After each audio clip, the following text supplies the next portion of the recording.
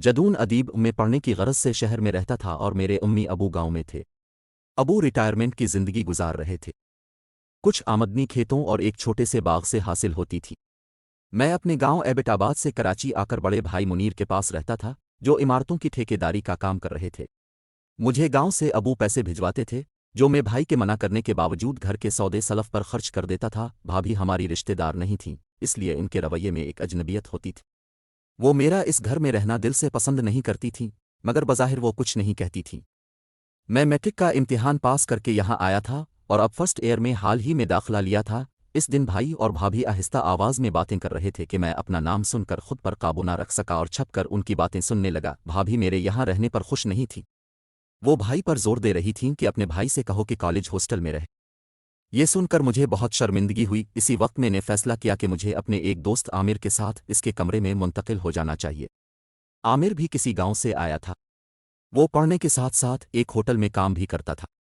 मैंने सोचा कि मैं भी कोई काम कर लूंगा, इस तरह मेरा गुजारा हो जाएगा और मुझे किसी से पैसे लेने की ज़रूरत महसूस नहीं होगी।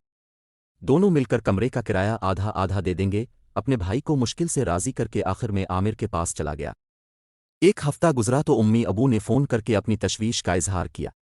वो मेरे इस तरह अलग रहने पर खुश न थे।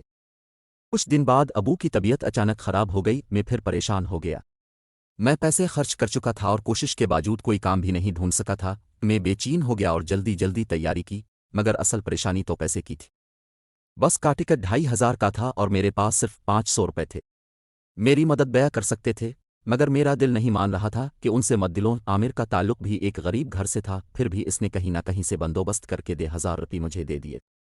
जब मैं बस में सवार हुआ तो मेरी जेब बिल्कुल खाली थी और 24 घंटे से ज़्यादा का सफ़र था। फजर के बाद तवील सफ़र शुरू हुआ था। ज़ोहर के वक्त बस एक होटल के सामने रखी तो मैंने मस्जिद में जाकर नमाज पढ़ी और वहीं बैठकर वक्त गुजारा और पानी पीकर बस में आकर बैठ गया। मगरिब तक मेरी हालत ख़राब हो चुकी थी। बस नमाज के लिए रुकी तो कुछ मुसाफिर होटल में बैठकर चाय पीने लगे।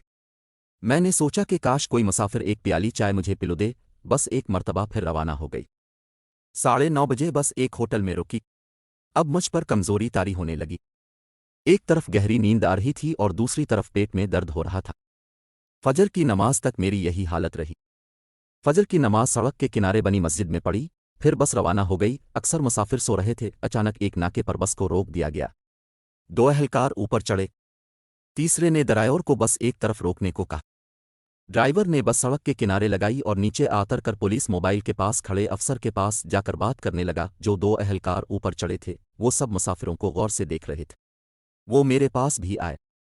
मुझे गौर से देखा, फिर अपनी जेब से मोबाइल फ़ोन निकालकर इसमें चेक किया। मेरा नाम पूछा और नीचे आतर गए। बस काफ़ी देर रुकी रही। मुसाफिरों बेचैनी पैदा होने लगी। आखिर कुछ लोग ड्राइवर के पास गए। ड्राइवर ने बताया कि पुलिस का कोई बड़ा अफसर आ रहा है, तब तक बस रुकी रहेगी। थोड़ी देर और गुजरी तो ड्राइवर ने अफसर से जाकर कोई बात की। अफसर ने उन पर किसी से बात की, फिर मुसाफिरों के पास आकर उन्हें खुशखबरी सुनाई कि हम थोड़ी दूर वाक़े एक होटल में जाकर कुछ देर रुकेंगे। सबका खाना पीना पुलिस की तरफ से मुफ्त होगा। सबके साथ साथ मुझे भी खुशी हुई। बस रवाना हुई। पुलिस की मोबाइल बस के आगे आगे चल रही थी। थोड़ी दूर एक होटल पर जाकर बस और मोबाइल दोनों रुक गईं। सारे मुसाफिर खुशी खुशी नीचे आतरने लगे। मैं कुदरत की इस मदद पर बहुत खुश था। शदीद भूख में बगैर मांगे मुझे खाना मिल रहा था। मैं जैसे ही बस से नीचे उतरा, एक अहलकार ने मेरा बाजू पकड़ लिया और बोला, अब इस तरफ आ जाएं। सारे मुसाफिर मुझे अजीब अजीब नज़रों से देखते हुए होटल में मुफ्त नाश्ते के लिए चले गए और मैं बेबसी के आलम में पुलिस की हिरासत में वहीं खड़ा रहा। मुझे अब तक पुलिस ने कुछ नहीं बताया था कि मुझसे क्या जुर्म सरजद हुआ है। अचानक एक बड़ी वैन आकर होटल पर राकी। चारगिन मैन आतरी। अगला दरवाज़ा खुला तो 2 अफराद नीचे आतरी। एक तो मेरी उम्र का लड़का था और दूसरा डेढ़ उम्र शख्स कोई बड़ा अफसर मालूम हो रहा था। पुलिस अहलकार तेजी से उनकी तरफ बढ़े और करीब जाकर सैल्यूट करने लगे। फिर मैंने इस लड़के को पहचान लिया। वो मेरा हम जमात अज़फर था, जिसके वालिद किसी अहम महकमे में बड़े ओहदे पर फाइज थे। अब एक पिल में सब कुछ बदल गया। दरअसल ये बज़्म जो सजी थी वो मेरे लिए थी। बस के मुसाफिर जो दावत उड़ा रहे थे वो दरअसल मेरी वजह से थी। अज़फर एबटाबाद में आर्मी के बड़े कॉलेज में पढ़ना चाहता था। उसने अपने वालिदैन से ये इजाज़त इस शर्त पर ली थी कि मैं अलिफ सीन के साथ पढ़ूंगा, क्योंकि मेरा घर भी वहीं था और छठी के दिन अज़फर को ये सहूलत मुयस्सर होती कि वो मेरे घर में रह सकता था। इसके घर वाले इसी तरह मुतमईन हो सकते थे। अज़फर ने मुझे कराची में तलाश किया तो पता चला कि मैं आज सुबह ही एबटाबाद रवाना हो गया हूँ। اس نے اپنے والد کی مدد سے مجھے میرے گھر پہنچنے سے پہلے پکڑ لیا۔ اس نے کچھ ہی دیر میں مجھے راضی کر لیا کہ ہم دونوں ایبٹ آباد میں ایک ہی کالج میں پڑھیں گے۔